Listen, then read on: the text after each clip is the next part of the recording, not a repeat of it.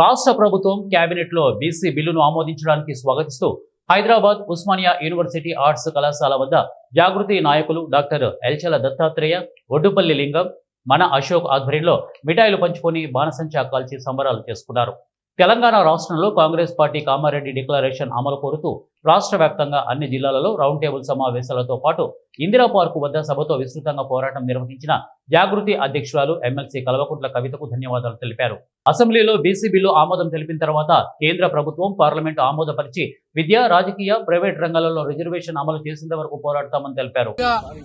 రాష్ట్రంలో ఉన్నటువంటి బీసీలందరికీ కూడా స్థానిక సంస్థల్లో 42% రిజర్వేషన్లు ఇస్తే 23,000 పైచులకు బీసీలు, ఎంపీటీసీలు, జడ్పీటీసీలు, సర్పంచులుగా అవకాశం పొందుతారన్నటువంటి ఉద్దేశంతో బీసీలందరూ కూడా కాంగ్రెస్ పార్టీకి పట్టం కట్టి అధికారాన్ని ఇవ్వడం జరిగింది.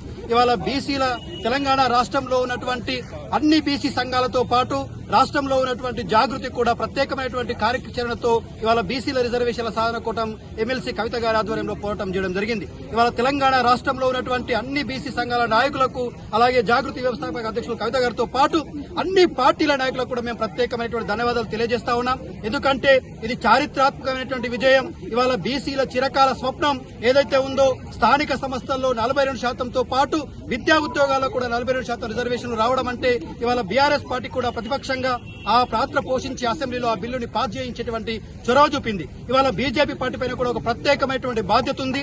ఇవాళ కేవలం ఆర్డినెన్స్ తో మాత్రమే సరిపెట్టకుండా ఈ బిల్లు ఏదైతే అసెంబ్లీ ఆమోదించి కేంద్ర ప్రభుత్వం దగ్గర, రాష్ట్రపతి దగ్గర పెండింగ్ లో ఉందో ఆ బిల్లు ఆమోదింపజేసి తిరిగి రాష్ట్రానికి తీసుకొచ్చే బాధ్యత బీజేపీ నాయకులు తీసుకోవాలని చెప్పేసి కూడా ఈ రాష్ట్రంలో ఉన్నటువంటి బీజేపీ నాయకత్వానికి విజ్ఞప్తి చేస్తా ఉన్నాం. ఇవాళ రాష్ట్ర ముఖ్యమంత్రి గారితో పాటు రాష్ట్రంలో ఉన్నటువంటి మిగతా బీసీ నాయకులందరికీ కూడా కాంగ్రెస్ పార్టీలో గాని, బీజేపీ పార్టీలో గాని, బీఆర్ఎస్ పార్టీ